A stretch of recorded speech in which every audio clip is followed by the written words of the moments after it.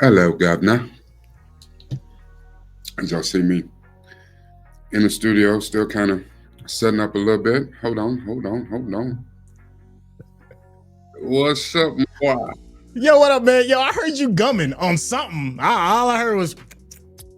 I did. I was eating a Twizzler with my fat ass. Yes, I was. I was like, damn, bro, Yeah, share some of that.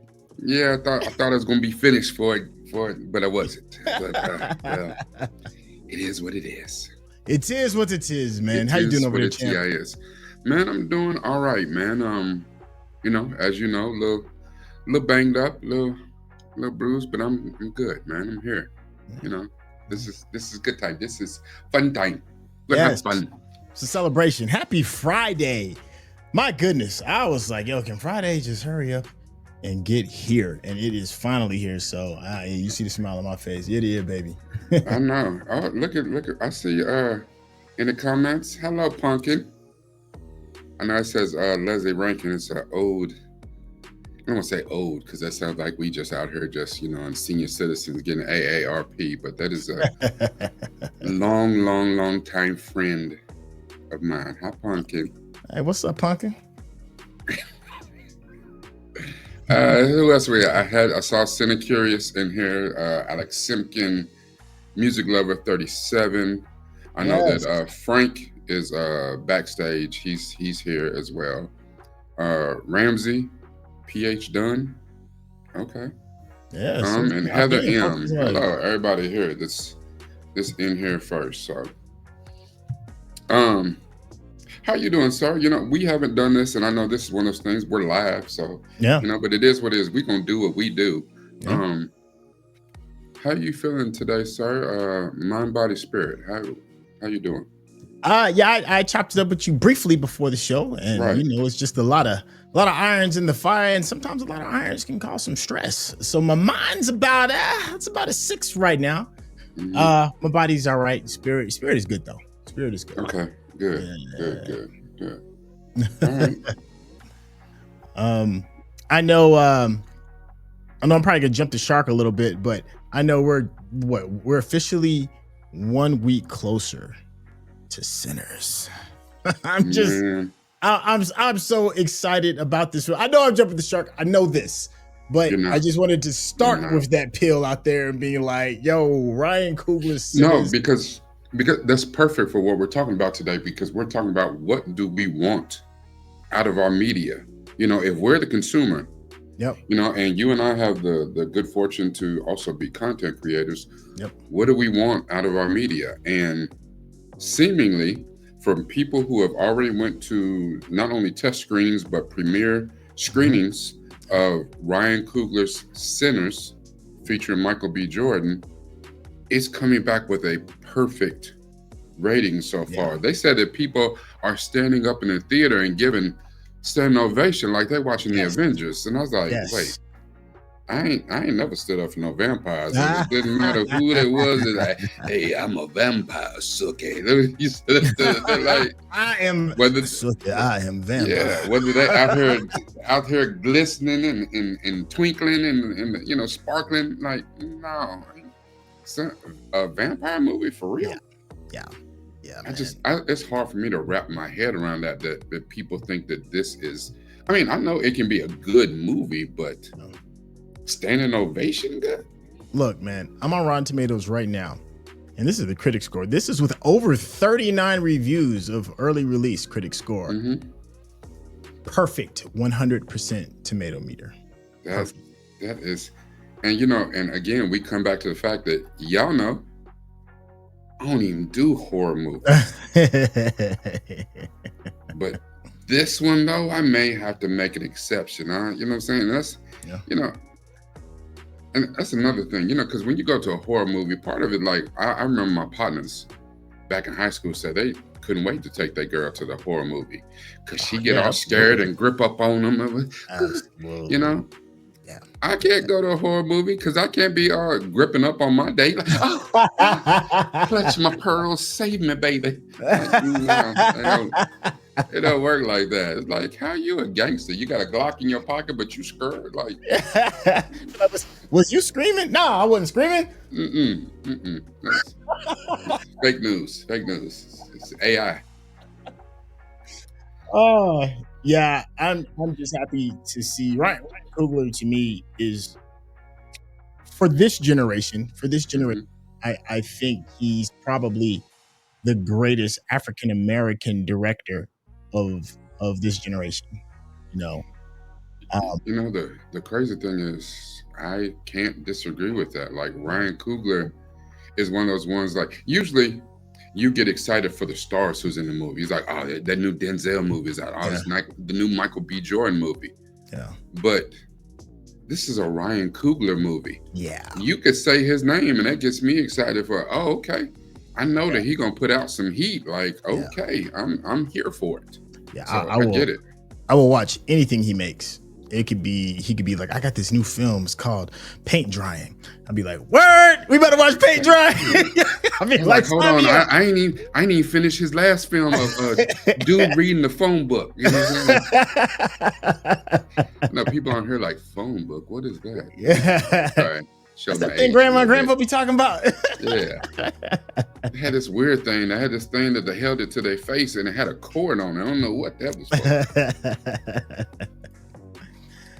Um, I will say, if anybody has not had a chance yet, go check out on my page, NupeFromDaVille. Go check out. I did an off script, me and Syntell, where we chopped it up about in honor of Sinners coming out. Which immortal would you like to be? Vampires or werewolves? So it's we have fun. So Yeah. we're going to do a lot more of stuff like that too. And I will say, when we were talking the whole time, I don't know why I forgot.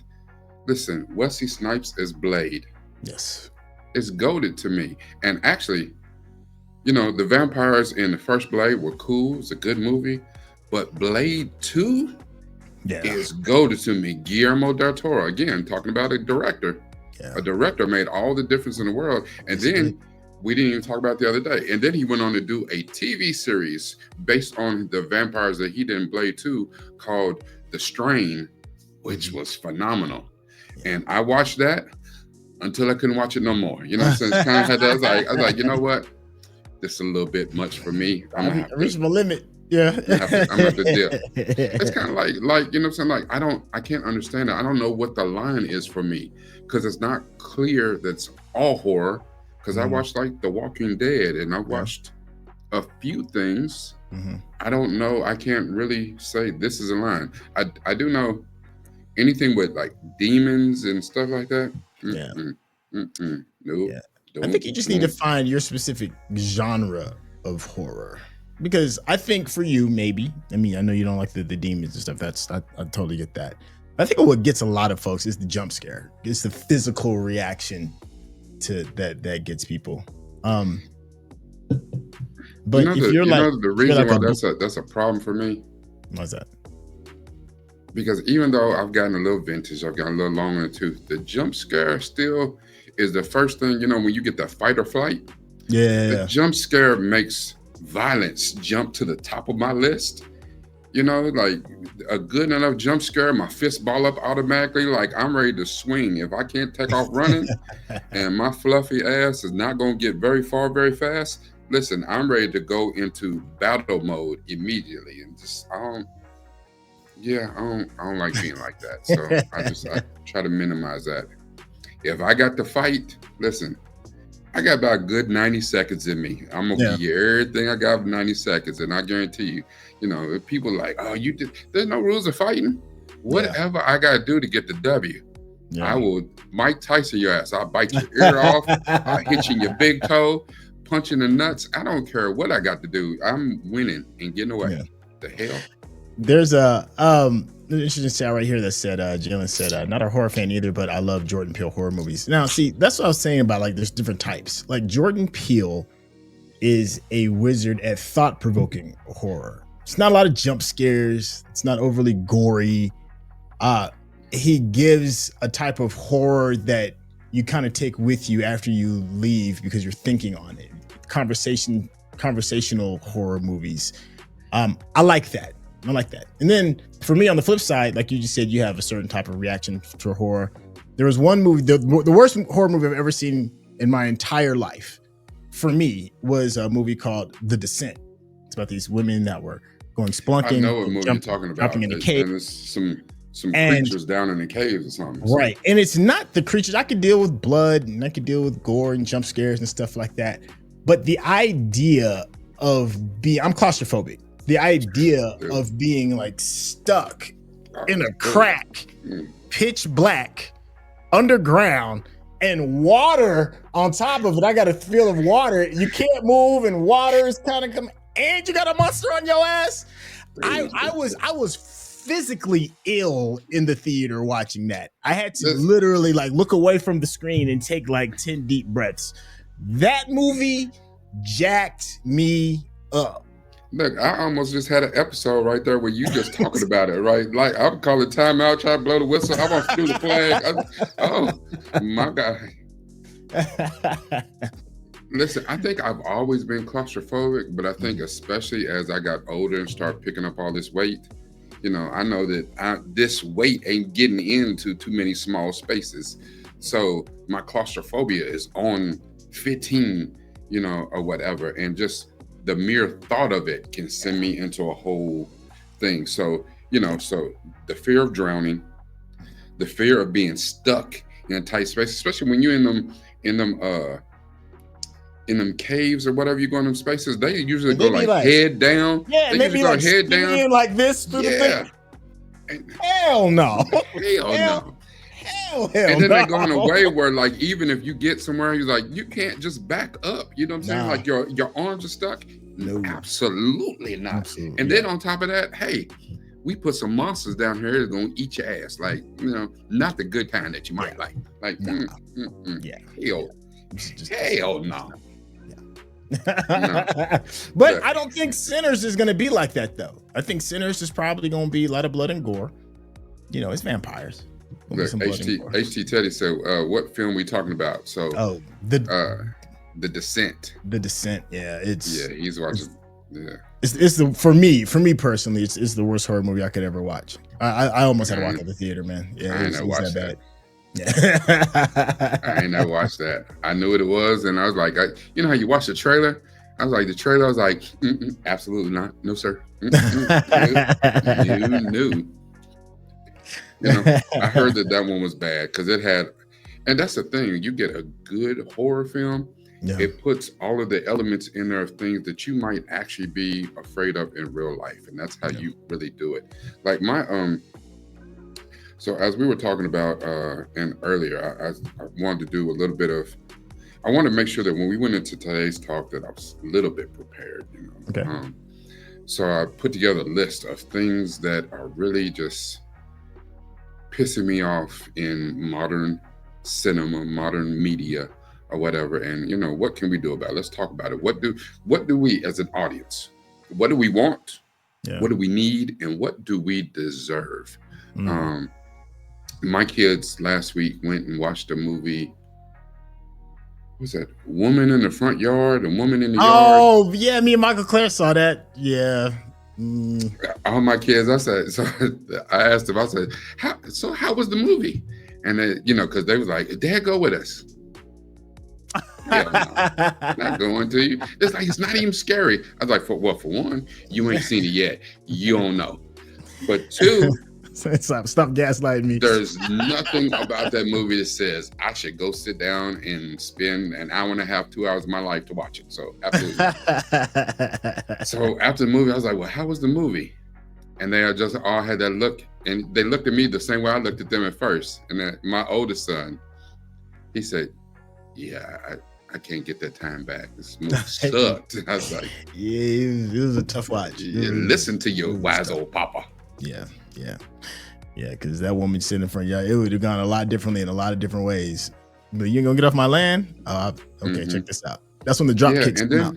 And then when they were trying to tell me like the twist and what was at the end, I was like, that's terrible. Who's writing this shrivel? All right, so top media trends right now, probably the number one trend, it's been a trend forever, is basically reboots. Specifically in the superhero area, because superheroes, ever since Marvel started the MCU, they're like, oh, well, they got superheroes, we got superheroes. And it's been they're saying that people have superhero fatigue at the box office. I don't know if that's true. I just think if you tried out a terrible ass story and you put very little effort, you're like, you know what, we're going to put a lot of money into it, marketing. We're going to put a lot of money into it, special effects wise, whether they're good special effects or bad special effects, because y'all are just regular people. Y'all don't know. Yes, the hell we do. And they give us a terrible story. They think that we'll eat it up. And a lot of times, a lot of people do. You know, I have watched a lot of Marvel movies. And I was like, damn it, I can't get that time back. Nah. You know, as much as I love Star Wars has given me the same thing. So, but Reboots is number one on the list. So I asked you a question earlier. Well, no, I'll say that. This question is, there is talk with the new Marvel, I think Doomsday Avengers movie. Yeah. There's talk of finally they're going to recast Chadwick Boseman and give us a new Black Panther.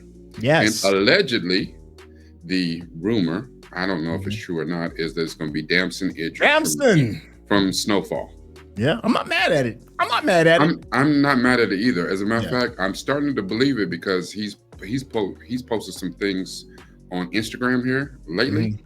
Of him in a full workout mode, like working with like two, things, doing some fight choreography. Getting his body together, like he's ripped up, I was looking at the post the other day, and my daughter looked over my shoulder, and I was like, "Are you drooling on my gut? Get away from me!" She's like, "Who is that?" I was like, "It's nobody. It's the new Black Panther." She's like, "Yes, take it, please. Like, if you don't sit your little holler ass down." She's 15. I love her to death, but she just saw his ad package and just drooling. No. I like that we're getting comfortable with recasting for Black Panther, because I know there's this thing about, making sure we hold the legacy of Chadwick Boseman. And I agree. Chadwick deserves that. He deserves, to be fully respected. But at some point in time, the franchise has to carry on. I personally wanted the next Black Panther movie to have a recast, but folks was like, nah, still too fresh. We're gonna give him a proper send-off. And it was a beautiful send-off. It was a beautiful farewell. I mean, so Wakanda Forever was a farewell, and duly so. But now that that's done, and we're dealing with, in this Marvel world where we're gonna have all of these different variations of spin-off of heroes and villains and all of that, and they're all gonna maybe go to Battle World. That's what a lot of people are speculating. Then there's no reason why you can't bring in another variant of Black Panther, have a different version from a different verse, come in and fill those roles. That's what a lot of people's speculation is how they're going to address it. The mantle can't die with Chadwick. I mean, don't get me wrong. Like I said, love him. He will always be my Black Panther, always. But it can't die with him. You know what I mean? So I think we've paid our respects, and let's get this bad boy moving again. Let's keep the franchise rolling. I do think that's important, and especially, when we're talking about reboots. So on the superhero tip, DC has been putting out crap-tastic movies for quite some time. So there's like, you know what? the MCU, Marvel is killing the game. Let's just go take 1A people. You know what I'm saying? See if we can do something. So they went and got James Gunn. Who did all of the Guardians of the Galaxy movies, and he is very good at doing ensemble pieces. He's a master. He's very good at doing and not only that, because he does pretty good character development. He'll take these B-list characters, because the Guardians of the Galaxy it was a D-list comic. And that's giving that credit. Whatever the bottom of the barrel is what it was. Yeah, it was a comic. It was not a mainline comic, and he took these characters and made you like them. And then he said, you know what, let's see if it works over here. And then he did the same thing in the Suicide Squad movie. Mm-hmm.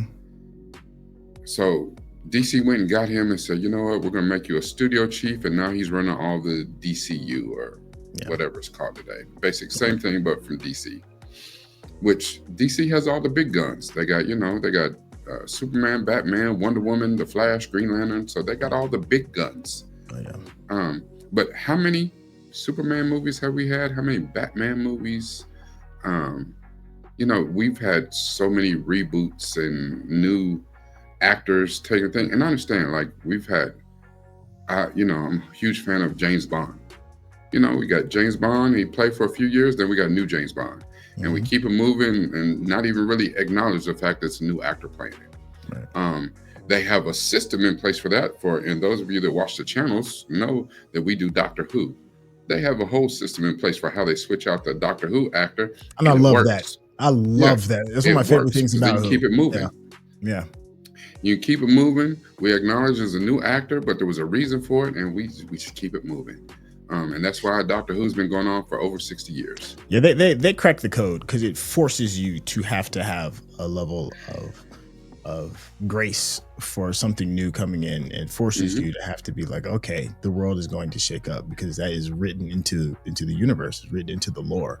So it's more, it seemingly on the surface could be more accepting. Don't get me wrong, you get deep into these Who streets, people are going to have, some thoughts and ideas of who the new Who is going to be, but there's no shock in the fact that there's going to be some change ups. Yeah, we've had several Spider-Mans, and really all the Spider-Mans were good, great Spider-Mans, whatever. A few of the movies, not so great. But we've had some great stuff about this. So my question is, and then after you ask this question, we're going to bring in some of our esteemed guests and keep it moving and press on with some of these other things that we got. Just like you were saying with Chadwick Boseman,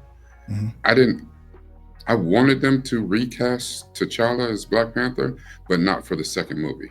And understood, like Ryan Coogler said, he had to completely redo the entire script, and the movie we got was not the movie he set out to get. Right.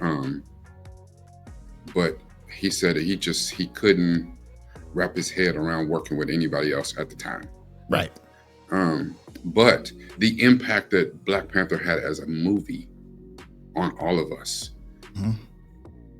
we have to have another Black Panther. Like, that's not even a question. And I know what we want, what we need, what we deserve as an audience is different than what the studio wants, needs. And who cares what they deserve? Right. They deserve to be burnt to the ground. That's a whole different conversation. Okay, just real quick because it just popped in. So yes, I got to give it up for Real Life Jolly. Yes, thank you. Oh my God, yeah. Yes. Yeah, it's been a little bit over a month now. Yeah, I hit a certain level of monetization in early March. So yeah, it's been good. Welcome back. I haven't seen you in a while, but welcome back to the stream. Yes. I have to have a new Black Panther. Not just for me. Black Panther, I've been a fan of Black Panther as long as I've been reading comic books. And it's just because the whole thought of this king who is running his own country, but he stayed hidden from the world to keep out meddling in world politics and greed and all that type of stuff. But they were so technologically advanced, they didn't need anybody. And that was the thing. We got our own. Y'all stay over here. We stay over here. Oh, and if you won't smoke, listen, I got this vibranium suit. I will beat that ass. Like, you know what I'm saying? Like, he's whooped the Fantastic Four. He whooped the Avengers. Like, he done whooped a whole lot of people. Like, he ain't no slouch. And I was like, that's that guy. That's right. You don't run up in Wakanda with that foolishness. Matter of fact, you won't even get in Wakanda, but you don't run up on him. And I was like, that's important for me to see. It's more even important for my kids to see. Like, that part. I mean, we've had this conversation regarding representation does matter. What you see, who your heroes are, who you want to model yourself after, and Black Panther is a great example. You know, guy got together. Not only am I the king of this country, I got hands too.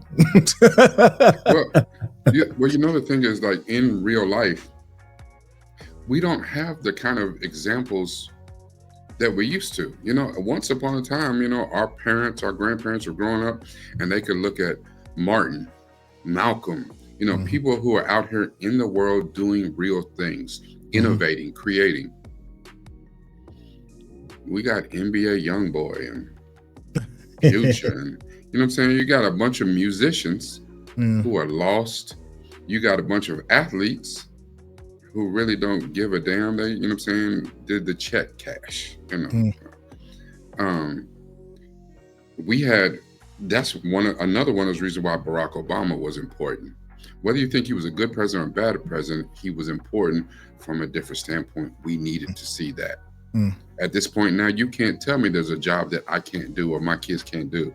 I've seen a black man become president. I never thought I'd see that in my lifetime. It carries weight. It does. Yeah.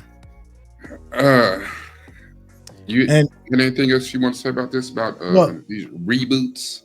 well, it's kind of like piggyback what you were saying off. Like even though Black Panther is a fictional character, he does carry a lot of weight. And if you don't think that's important, I mean, Philadelphia has a statue of a fictitious athlete on the top Rocky. of their steps for 40 years, damn near. Yeah.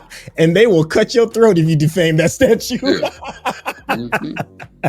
So yeah, like, you know, the images and the things that we watch and pay attention to, they do matter, be it fact or fiction. They Mhm, absolutely matter. mhm. Yeah, it's something that we have to have because it's important that all cultures are represented. You get to see the kind of media that you want to see, and we talked about that before. And I think really the real problem though is in American media. And I'm sure, and you know, I know that we have a lot of people watching from across the pond. I'm I'm so sure sorry. that Give me go one more. ahead. I'm sorry. Go ahead. You know, but to everyone, so we have the same problems, I'm sure, in other countries as well. And I don't know as much about how their media works. I would assume that Great Britain has some of the same problems with representation in some of their media. But hell, it seems like in Hollywood, most of the choice parts are being taken by British or Australian actors these days. So they working. All right, I know Syntell's going to be back with us in just a second, but I am going to bring into the chat Sherelle and Frank. How to do? Hello, governor. Hello. Hello. So I know y'all were listening to what we were talking about reboots. Y'all got any quick things that you got to think? Because I'm kind of tired of reboots. I mean, I understand the need for them. You want to freshen up a property for a new crowd, but sometimes is that even necessary? I'm sick of reboots. I think they're good when they are necessary, but many people do reboots for things that are not necessary. So that is, I think, what most people get hung up on when they hear reboot is the unnecessary ones. Okay. I don't know. It seems like a lot of stuff is just unnecessary. That's how I feel about That's most of them, to be honest. Because like it's and they never seem to make the ones that I want. Like, you know, when one sucked and I'm like, somebody could have redone this story like really great, and no one ever does those. Big facts. I wouldn't mind seeing like bad movie remakes, something that's awful. I don't know. I don't know. I can't think of a bad movie off the top of my head right now. I can. We just watched it. Flash Yeah. Gordon. Flash Gordon. Flash Gordon's a perfect example, actually. It's technically a bad movie. Oh, But it's definitely a bad movie. but It's by not even today's technically, standards, it's yeah. But if it was redone in a way, then it can breathe new life into something that was, you know, you're starting from a better position than if you were to terrible. like, go ahead. Okay, so but in that and I don't know if in that vein, they have kind of done that in a bit. So for instance, They did. No one probably remembers this, but Christy Swanson, Pee Wee Herman, was in a little movie back in the 80s called Buffy the Vampire Slayer. It was very camp. It was very, tongue-in-cheek. It was horror comedy. It was more comedy than horror. It wasn't even a horror movie about vampires, since we've been talking about vampires. But when they remade it, or did a reboot of it, but turned into a TV series, it got real YA, it got angsty, and it got dark. And Sarah Michelle Gellar or whatever, that was actually a good TV show. I mean, just like in our video where we were talking about sinners, about do you want to be a werewolf or a vampire? Mm-hmm. We did the same thing. You brought up Michael J. Fox as Teen Wolf. Right. That movie was fun. It was campy. They brought it back as a TV show. It is serious and dark as hell on MTV. Right. And it was damn good for 6 or 7 seasons. Very good. So in that regard, if you can say, okay, why are they doing a reboot of Teen Wolf or Buffy the Vampire Slayer? I was actually for those. I just, it goes back to Sherelle's point. Are they doing the stuff that we asked for, the stuff that we want? Like, who is coming up with these ideas? It's like we can already watch the Kool-Aid movie or some shit. Like, who's doing this? Yeah, it just seems like, and it never seems to be the ones I want. Like there are a few that I'm like, somebody could have redone that, or somebody could have done that better, or whatever. It's usually like a book that got turned into a movie, and they just didn't really do it justice. And for me, I'm always like, somebody could do that better, but they never really do. They seem to do those. You might have to start a list, like a poll and stuff, and all the ones that hit are highest on the poll said this needs to be done. Then that's what gets done, man. Well, because some of them, we have different story makers now, so someone's interpretation of it might come across as completely different. And in some stories, that would be a really great thing. And then other ones, you're like, why? What is the purpose of this? But that's how I've been feeling about most of these remakes recently. It's like, why did we need another one? Because we already know. So. Yeah, we talked about that the other day. It's like, just on people's interpretation. You could give me a script, you give Syntell a script, and we might come out with 2 completely different interpretations, 2 different styles and ways to shoot the movie. And so you get 2 completely different versions. And one might be good and the other one might be okay or better or brilliant or trash. Who knows, but yeah, I think you're right on that I don't know. I've been pissed off at Star Wars for years because I was like, y'all are not listening to people. We done told you, we have told you what we want, and y'all still come up with like, oh, we think that Obi-Wan needs a season 2. No, the hell it doesn't. Well, I'm glad you brought that up because we're talking about reboots, and if there's any franchise that needs a reboot, it is Star Wars. They need to take everything that they've gotten about this current Star Wars and throw that bad boy in the rubbish bin and start it from scratch. That way we can eliminate the gatekeepers, we can eliminate some of the haters, we can get some brand new rules that we can stick to and abide to instead of 4 different variations of the comic and this version of the podcast and this different director's version of this and this. Just start over, reboot the whole thing, because the franchise itself has some good things. It has some very good things and some good ideas, but it's so far gone. It's like a cancer now, and it's infected the entire Star Wars body, and we need to start amputating some limbs. Reboot. All right, so we're going to move off of this, but so let me ask this question. Didn't they already do that, though? No, it's still the same. No, but here's what I'm saying. All right, so you have the original trilogy from 77 to 83, and then you come back almost 20 years later, 99, with the prequels. That's damn near a reboot. It's 16 years later, you make a reboot. No, but here I'm saying, it's like children who started with the prequels, they don't know the brilliance that was the original trilogy. They started with the prequels. And, there's kids out here, the grown people that love Jar Jar Binks, and that seems like a fightable offense to me. It's wrong on so many levels. And then people, I don't think anybody liked the sequels. I don't know, and I don't want to talk about them at all. I just know they were wrong on every level conceivable. Um, I I was one of those people that was holding on, and I didn't want to let go because it's my Star Wars. However, the more I think about it, yeah, you're right. Burn that shit to the ground. Burn it to the ground. Like, I don't want to lose Clone Wars. I don't want to lose Rebels. I don't want you to lose Empire Strikes Back. But about everything else, I could part with. Just about, maybe season 1 and 2 of The Mandalorian. Everything else can go. All of it. All that stuff's still going to exist, though, if you do start from scratch. And that's the they're problem, not. though. Let's be clear. They are people... not going to do that. It's not happening. This is just the wish list. So I don't think we have to any concerns about that. But it's just the problem, in a perfect world. The problem is right now.